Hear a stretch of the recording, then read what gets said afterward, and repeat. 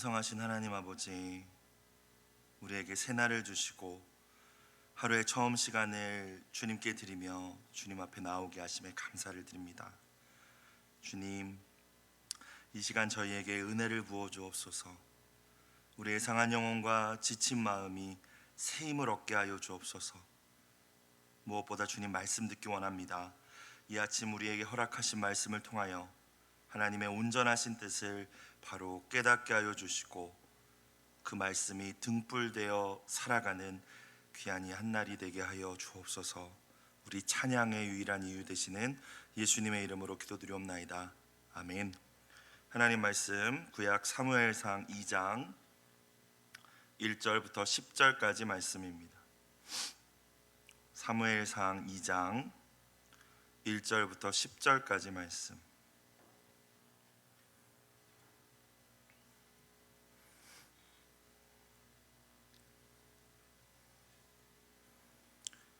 합독하시겠습니다. 한나가 기도하여 이르되 내 마음이 여호와로 말미암아 즐거워하며 내 뿔이 여호와로 말미암아 높아졌으며 내 입이 내 원수를 향하여 크게 열렸으니 이는 내가 주의 구원으로 말미암아 기뻐함이니이다. 여호와와 같이 거룩하신 이가 없으시니 이는 주밖에 다른 이가 없고 우리 하나님 같은 반석도 없으심이니이다. 심히 교만한 말을 다시 하지 말 것이며 오만한 말을 너희의 입에서 내지 말지어다. 여호와는 지식의 하나님이시라. 행동을 달아보시느니라. 용사의 활은 꺾이고 넘어진 자는 힘으로 띠를 띠도다. 풍족하던 자들은 양식을 위하여 품을 팔고 줄이던 자들은 다시 줄이지 아니하도다. 전에 임신하지 못하던 자는 일곱을 낳았고 많은 자녀를 둔 자는 쇠약하도다. 여호와는 죽이기도 하시고 살리기도 하시며 스올에 내리기도 하시고 거기에서 올리기도 하시는도다. 여호와는 가난하게도 하시고 부하게도 하시며 낮추기도 하시고 높이기도 하시는도다. 가난한 자를 진토에서 일으키시며 빈궁한 자를 거름더미에서 올리사 귀족들과 함께 하시며 영광의 자리를 차지하게 하시는도다. 땅의 기둥들은 여호와의 것이라. 여호와께서 세계를 그것들 위에 세우셨도다. 그가 그의 거룩한 자들의 발을 지키실 것이요 악인들을 흑암 중에서 잠잠하게 하시리니 힘으로는 이길 사람이 없음이로다. 여호와를 대적하는 자는 산산이 깨어질 것이라. 하늘에서 우레로 그들을 치시리로다. 여호와께서 땅끝까지 심판을 내리시고 자기 왕에게 힘을 주시며 자기의 기름 부음을 받은 자의 뿔을 높이시리로다 하니라. 아멘. 오늘 말씀 한나의 찬양입니다.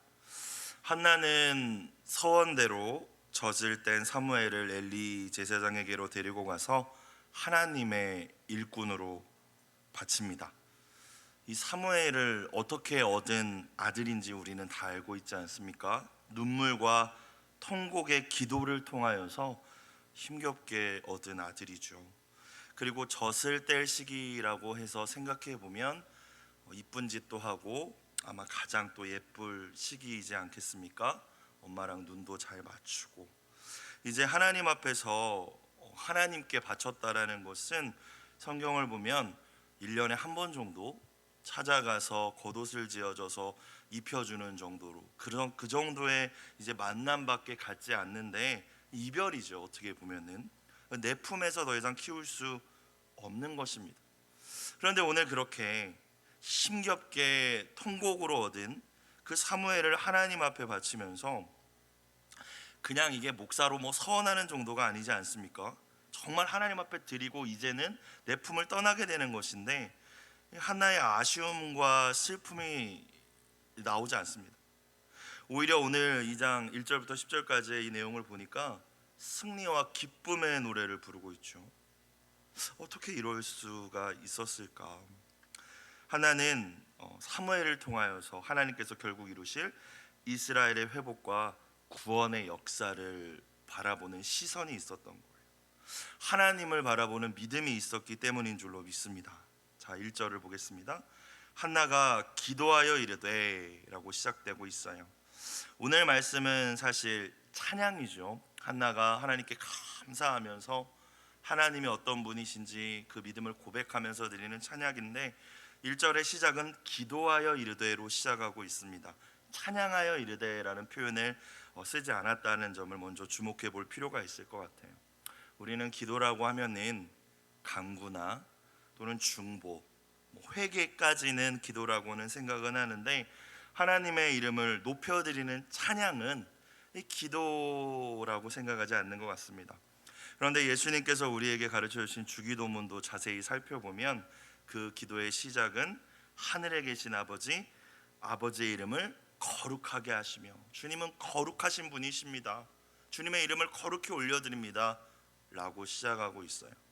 저도 개인적으로 기도가 좀 막히거나 마음이 답답할 때는 하나님은 정말 최고세요, 하나님은 신실하십니다, 하나님은 사랑과 은혜가 무궁하십니다, 이렇게 마음속으로 찬양을 하거나 입술로 고백하면서 기도를 시작할 때 마음이 열리고 또 기도할 수 있는 힘을 부어주심을 경험할 때가 있습니다.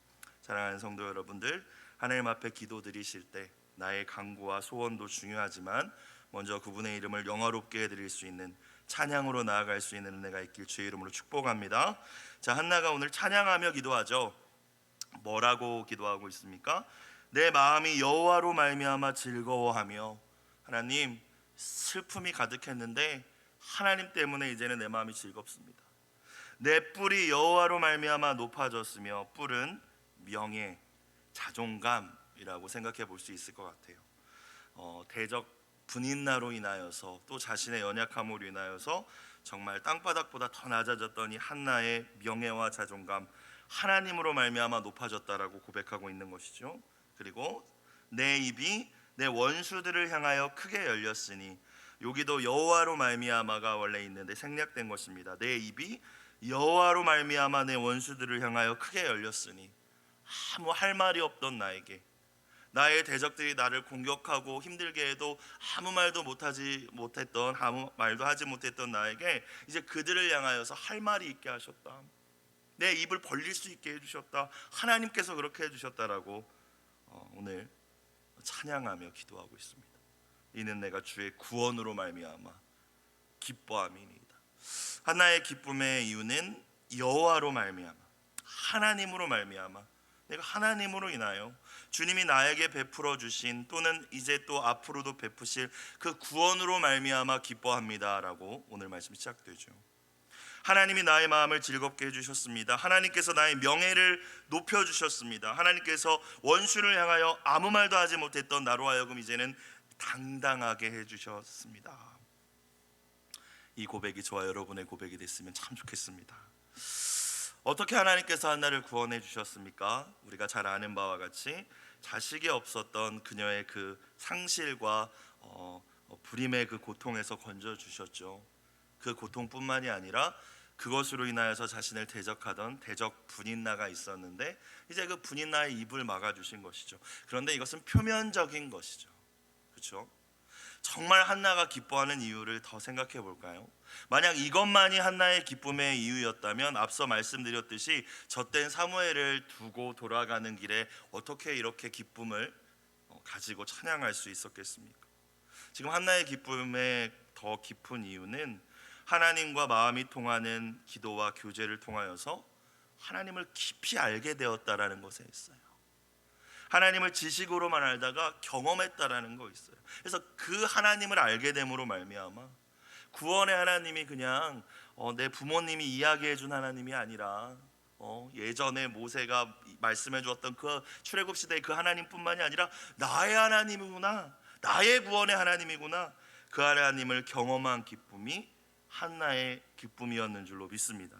나아가서 그 하나님을 생각할 때 너무 감사한 거예요. 그리고 이 아들 사무엘을 통하여서 이제 이 암흑과 같은 아무 희망이 없는 사사시대 말기의 이스라엘에 새 희망을 주실 것을 또 기대하면서 감사하며 기뻐하는 곳이죠.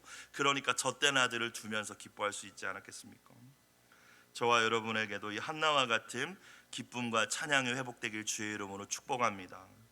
여러분, 세상의 것들이 가져다주는 얕은 수준의 기쁨이 아니라, 물론 그런 것들도 기쁘죠. 자식이 잘 되고 뭔가 내가 계획하는 일이 풀리면 기쁩니다.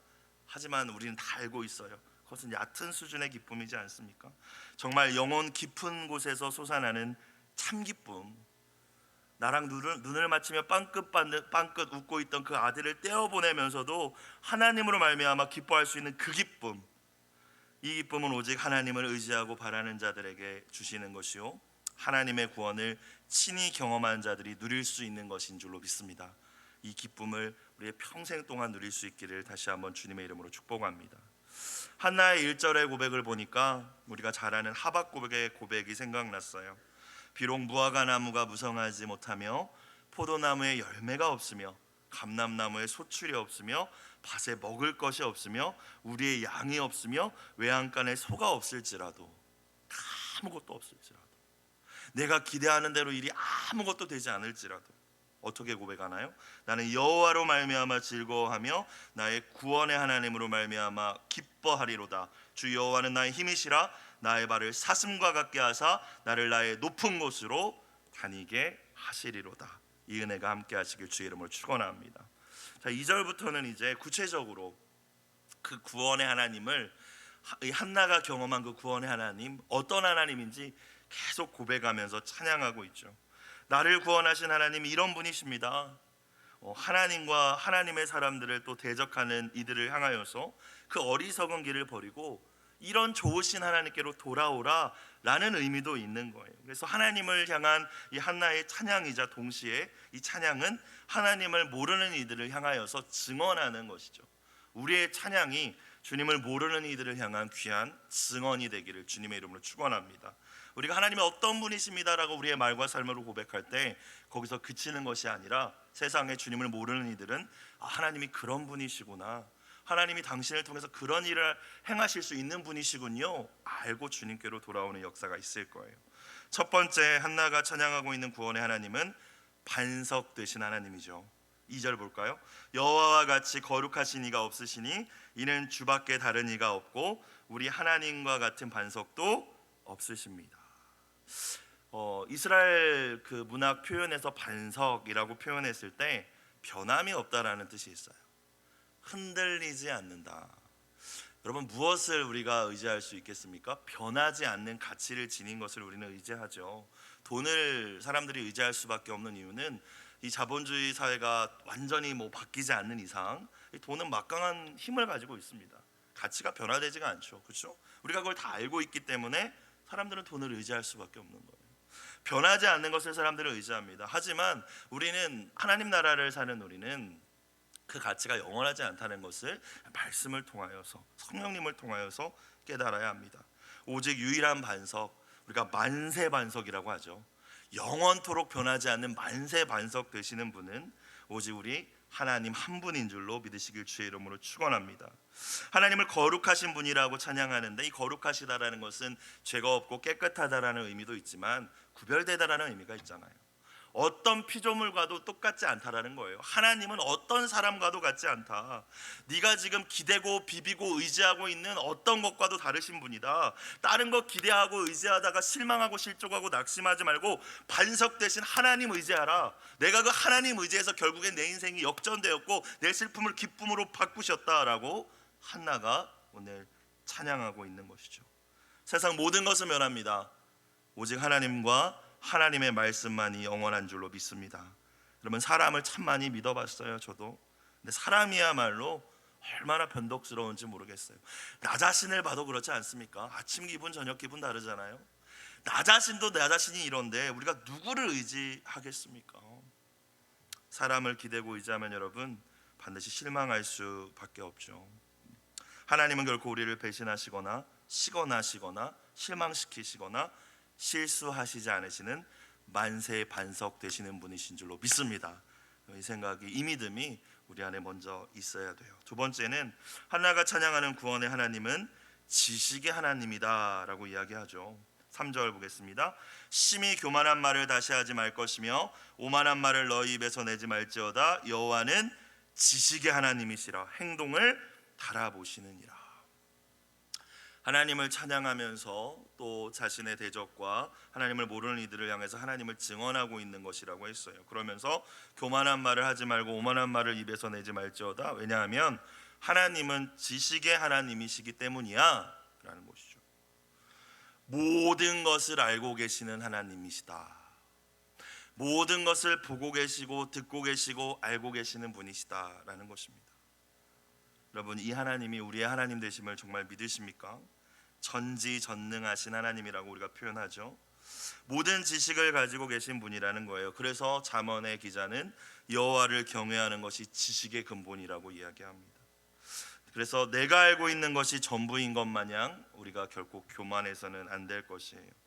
내가 다 알지 못하는구나 라는 것을 깨닫는 것이야말로 진정한 지혜가 아닐까 생각해 봅니다. 지식의 하나님께서는 우리에게 다 알고 계심에도, 저는 참 이 부분이 많이 어려웠어요. 이렇게 목회를 하고 신앙생활을 하면서, 아니 다 알고 계신다면서 왜 이렇게 나를 힘겹게 내버려 두실까? 아니 다 보고 계신다면서 저런 사람의 저런 모습을 왜 그냥 보고 계실까? 항상 이것이 저에게 의문이었고 답답함이었어요. 그런데 오늘 말씀을 자세히 보시면 지식이 하나님이신데 뭐를 하신대요? 행동을 달아보신대요. 하나님께서 우리에게 어떠한 상황을 허락하시고 그 상황 속에서 우리의 태도와 반응을 달아보실 때가 있다. 믿음의 시험이죠. 다 아시는데 몰라서가 아니라, 우리는 하나님 모르시는 줄 알잖아요. 하나님 제가 나 얼마나 힘들게 한지 아십니까? 하나님 제가 지금 얼마나 답답한지 아십니까? 우리 이렇게 기도하잖아요. 그런데 하나님 다 알고 계신다는 거죠. 그럼에도 달아보고 계신다. 여러분, 하나님께서 한나와 분인나를 다 지켜보고 계셨습니다. 1장 말씀을 보면 한나가 아이를 갖지 못하도록 허락하신 거 하나님이셨어요.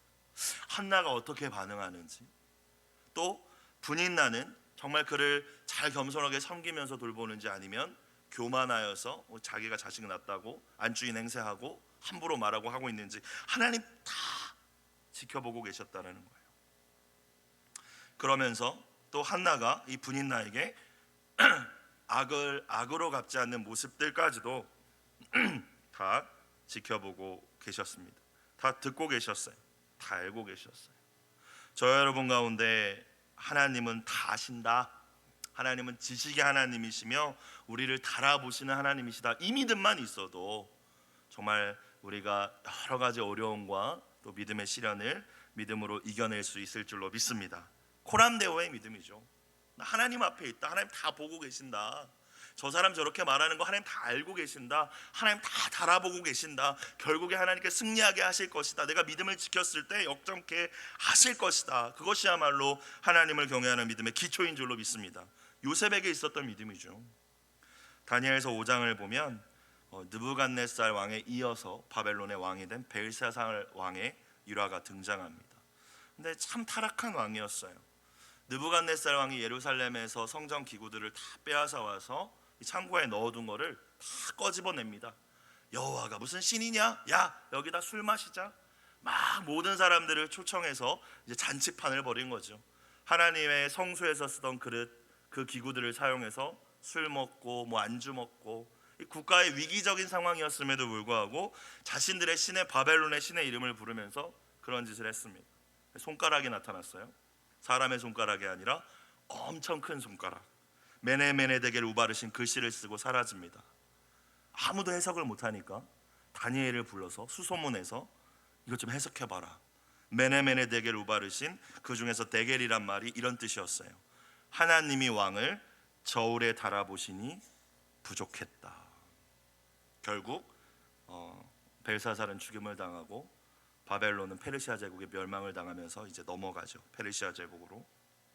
하나님은 지식의 하나님, 우리를 달아보시는 하나님, 이 믿음을 가지고 또 우리가 이 믿음을 고백하고 찬양할 수 있기를 주의 이름으로 축복합니다.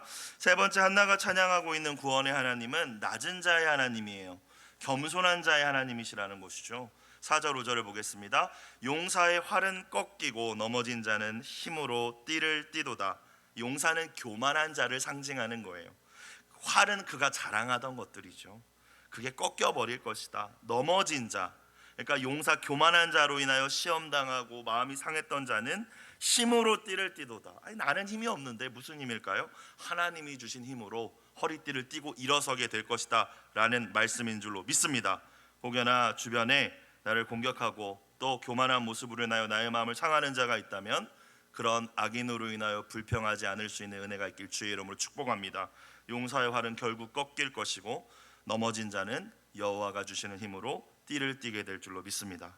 5절, 풍족하던 자들은 양식을 위하여 품을 팔게 될 것이고 부자가 다 망한다라는 의미가 아니라 교만했던 자들이 다 잃어버리게 될 것이다.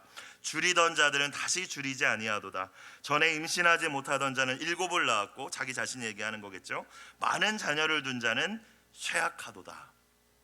한나는 7명 안 낳았거든요. 이 찬양을 할 때까지 사무엘밖에 자식 없었습니다.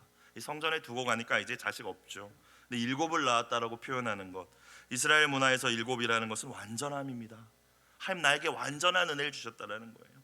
자식 하나 없던 나에게 완전하고 충만한 은혜를 주셨다라는 고백이죠. 여러분, 공평과 정의의 하나님께서 가난하고 약하면 무조건 도와주신다라는 말은 물론 아닙니다.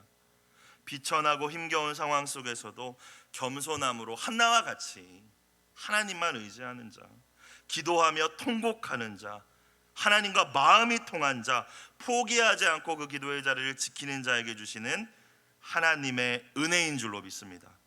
내가 지금 가지고 있는 것 다 하나님께서 허락해 주신 것인데, 혹여나 그것으로 인하여 교만해지거나 하나님과 멀어진다, 그것만큼 안타까운 일은 없을 거예요. 이 4절 5절 말씀만 봐도 우리 그러지 못할 거예요. 그런데 실제로 주변을 둘러보면 참 많습니다. 경제적인 어려움 가운데서 주님 앞에 와서 매달리고 기도하고 금식하고 작정 기도하다가 사업 잘 되고 나면 하나님과 멀어집니다. 교회에도 안 나오고, 육신의 연약한 가운데 기도하다 건강 찾고 나서 산으로 들러 놀러 다닙니다. 여러분, 이런 일들이 얼마나 많은지 몰라요. 목회자 사역자도 문제 앞에서 어려운 시기 가운데는 기도하고 하나님 앞에 매달리다가 좀 부흥을 이루고 편안해지면 변질하고 타락하지 않습니까? 낮은 자의 하나님, 겸손한 자의 하나님이 우리 하나님이신 줄 믿고 그 하나님을 의지하며 항상 겸손할 수 있기를 주님의 이름으로 축복합니다. 이어지는 내용도 비슷한 내용이죠. 네 번째, 한나가 찬양하고 있는 구원의 하나님은 주권자이십니다. 다 주님께 달려 있다라는 거예요. 우리 안에 이 믿음이 있어야 되죠. 6절부터 8절 보겠습니다. 여호와는 죽이기도 하시고 살리기도 하시며 수월에 내리기도 하시고 거기에서 올리기도 하시는도다. 여호와는 가난하게도 하시고 부하게도 하시며 낮추기도 하시고 높이기도 하시는도다. 8절에는 조금 더 풀어서 더 구체적으로 이야기합니다. 가난한 자를 진토에서 일으키시며 빈궁한 자를 거름더미에서 올리사. 진토와 거름더미는 이제 희망이 없는 자리입니다. 인생의 완전 밑바닥이에요. 그런데 가난한 자, 빈궁한 자, 그냥 가난한 게 아니라 하나님을 의지하는 가난한 심령을 가진 자, 거기서 올리신다는 거죠. 역전시킨다. 왜? 하나님의 손에 다 있으니까. 귀족들과 함께 앉게 하시며 영광의 자리를 차지하게 하시는도다. 땅의 기둥들은 여호와 것이라. 여호와께서 세계를 그것들 위에 세우셨도다. 하나님 창조주신데, 하나님 땅의 기초를 세우신 분인데, 그것을 다 만드시고 다스리시는 분인데, 다 하나님 손에 달려있는데, 너 지금 좀 진토에 빠진 것 같다고 해서, 거름더미와 같은 상황이라고 해서 절망하지 말라는 것이죠. 하나님의 손에 있다. 너 도저히 회복 안 될 것 같고 일어서지 못할 것 같지만 결국에 귀족들과 함께 앉게 하실 것이며 너의 영광의 자리를 회복시켜 주실 것이다. 하나님의 주권을 정말 잘 알고 인정했던 사람 가운데 다윗이 있죠. 역대상 29장에서 성전 건축을 이제 앞두고 하나님께서 그 아들에게, 솔로몬에게 성전 건축의 사명을 주신 그 자리에서 다윗이 고백하는 찬양입니다. 부와 존귀가 주님께로부터 나오고 주님께서 만물을 다스리시며 주님의 손에 권세와 능력이 있으시니 사람이 위대하고 강하게 되는 것도 주님 손에 달렸습니다. 주님 손에 다 달려 있습니다. 이 고백이 다윗에게 있었다는 거예요. 여러분, 교만이 무엇일까요? 내 손에 다 달려 있습니다. 이게 교만이죠. 내 행복, 내 자식이 잘 되는 것, 내 사업이 번영하는 것, 결국에 내가 또 마음의 기쁨과 평강을 누리는 것, 나에게 달려 있습니다가 교만이에요. 하나님 앞에 달려 있습니다. 그래서 하나님 앞에 겸손하게 낮아지는 것, 여러분, 그것이 겸손이고 믿음이죠. 무언가 더 가졌다고, 작은 성공을 이루었다고 결코 우리는 교만하지 말아야 할 줄로 믿습니다. 내게 주신 모든 것들은 하나님으로부터 온 것이기에 어떻게 내가 이걸 가지고 나보다 연약한 이들을, 부족한 이들을 잘 도와줄 수 있을까? 반대로 남들에 비해 무언가 부족하다고 또 낙심할 필요도 없는 것이죠. 왜? 하나님은 한순간에도 뒤바꿔 놓으실 수 있는 분이시라는 것을 믿는다면 잠시 내가 거름더미 같은 곳에, 진토 같은 곳에 빠져 있는 것과 같이 여겨질지라도 낙심과 절망하면 안 된다는 거예요. 감사와 자족의 비결을 그때는 배우면서 하나님의 손으로 날 높이실 때를 겸손히 기대하며 기도할 수 있는 저와 여러분이 되시길 주의 이름으로 축복합니다. 마지막으로 한나가 찬양하는 구원의 하나님은 심판주이십니다. 9절 10절 그가 그의 거룩한 자들의 발을 지키실 것이요 악인들을 흑암 중에서 잠잠하게 하시리니 힘으로는 이길 사람이 없으리로다. 발을 지키신다라는 것은 인도해 주신다라는 거예요. 아무데나 빠지지 않게 험한 곳에 가지 않게 인도해 주실 것이다. 그런데 악인들은 하나님을 대적하는 자, 또 하나님을 경외하는 자들을 대적하는 악인들은 흑암 중에서 아무 말도 못하게 만들 것이다. 어쩌지? 어디로 가야 되지? 뭘 해야 되지? 앞이 안 보이는 거죠. 자기 지혜를 자랑하면서 이 길로 가면 성공할 거야, 행복할 거야 하지만 하나님께서 그들 가운데 빛을 제거해 버리실 것이다. 인도해 주시지 않을 것이다. 그래서 잠잠하게 어찌할 바를 모르게 만들 것이다. 여러분, 이 자체가 사실 심판이지 않겠습니까? 10절 여호와를 대적하는 자는 산산이 깨어질 것이라. 하늘에서 우레로 그들을 치시리로다. 여호와께서 땅끝까지 심판을 내리시고 자기 왕에게 힘을 주시며 자기의 기름 부음 받은 자의 뿔을 높이시리로다. 우리는 우리 하나님이 심판하시는 하나님이심을 다시 기억할 필요가 있습니다. 한번 죽는 것이 정해져 있고 그 이후에 심판이 있다라고 말씀을 하시죠. 저와 여러분은 다 하나님 앞에 서게 될 거예요. 물론 구원의 보증 되시는 성령님께서 우리를 인쳐 주셨기 때문에 우리가 그날에 천국에 들어가지 못한다거나 구원받지 못하는 일은 없겠죠. 천국은 다 갑니다. 쉽게 말해서. 근데 하나님 앞에 섰을 때 반드시 상급의 심판이 있을 거예요. 여러분, 주님을 사랑하여서 자신의 생명까지 바친 순교자와 구원받은 믿음은 있지만 그냥 세상 살면서 자기 자신만을 위하여서 원래 이렇게 살다가 이렇게 하나님 앞에 섰던 자와, 여러분, 하나님의 칭찬이 똑같을까요? 절대 그렇지 않을 것입니다. 하나님 공의로우신 분인데 물론 9시에 오건 6시에 오건 천국에 들어가는 건 똑같겠죠. 구원의 은혜는 똑같아요. 그러나 하나님 앞에 분명히 우리가 이 땅에서 어떻게 얼마나 잘 살았는지에 대해서 반드시 결판이 날 것이라는 것이죠. 셈을 치르게 될 것이다. 여러분, 진짜 잘 살았는가, 어떤 인생을 살았는가의 결판은 이 땅에서 나지 않습니다. 사람들이 뭐 좀 잘한다고 세워주고 칭찬하고 평가해 주는 거 정확한 거 아니에요. 진짜 승부는, 진짜 결판은 불꽃 같은 하나님 눈앞에서 나게 될 줄로 믿습니다. 그래서 낙심할 필요가 없어요. 우리가 오늘 한나가 찬양하고 있는 이 하나님을 우리가 진짜 믿는다면 우리가 이 세상 살면서 하나님 의지하며 살면서 낙심과 절망에 빠질 이유는 없을 줄로 믿습니다. 우리 하나님께서 심판주 되심을 믿는 믿음이 우리에게 진짜 있다면 우리를 힘겹게 하는 상황과 사람들 속에서 악을 악으로 갚는 어리석음들을 내려놓아야겠죠. 오히려 날 힘겹게 하는 사람들을 바라보면서 불쌍히 여길 줄 알아야 돼요. 왜? 그 사람 계속 그러고 살면은 하나님의 심판대 앞에 서게 될 것이기 때문에. 지식의 하나님은 다 알고 계시기 때문에 쟤 어떡하냐, 긍휼히 여길 줄 알아야 돼요. 정리해 봅시다. 한나가 오늘 찬양한 구원의 하나님, 어떤 하나님이셨습니까? 변하지 않으시는 반석 되신 하나님이셨고요. 다 알고 계시는 지식의 하나님이셨고요. 낮은 자, 겸손한 자를 구원하시는 낮은 자의 하나님이셨고요. 모든 것들을 손에 쥐고 계시고 바꾸실 수 있는 주권자 하나님이셨고, 마지막으로 심판주가 되시는 하나님이셨습니다. 고대 사회에서 여인이 아이를 갖지 못한다는 것은 그 자체로도 수치고 또 하나님의 저주라고까지 여겨지던 시대였어요. 한나 스스로도 너무 괴로운데 첩으로 들어온 분인나가 남편에게 줄줄이 아이를 낳아준다? 여러분, 그걸 바라보는 그녀의 마음이 어땠을까요? 산산조각 나지 않았을까요? 그 아이를 들고 웃고 있는 내 남편의 모습을 볼 때, 나는 해줄 수 없는 것을 볼 때 얼마나 그 마음이 찢겼을까요? 근데 거기에 분인나의 비수 같은 말들이 한나의 마음을 완전히 찢어 놓았을 거예요. 그와 같은 인생의 진토와 거름더미는 그녀에게 없었을 것입니다. 매일 울면서 하나님께서도 나를 버리셨다고 생각했을지도 몰라요. 혹시 이 자리에 그런 분들이 계시진 않습니까? 근데 그녀가 선택한 것은 주님 앞에 나아가 기도하며 통곡했다는 것이죠. 그리고 그 자리에서 영적 지도자마저 나에게 와서 너 술 끊어라라고 이야기하는 그 자리를 포기하지 않을 때 그 기도 속에서 하나님을 만나게 되고, 그 하나님이 한나에게 세상 어떤 것도 줄 수 없는, 자식이 있건 없건 젖된 아이를 하나님 앞에 드리건 아니건 세상 어떤 것과 관계없는, 어떤 조건으로 줄 수 없는 기쁨과 평강을 허락해 주신 줄로 믿습니다.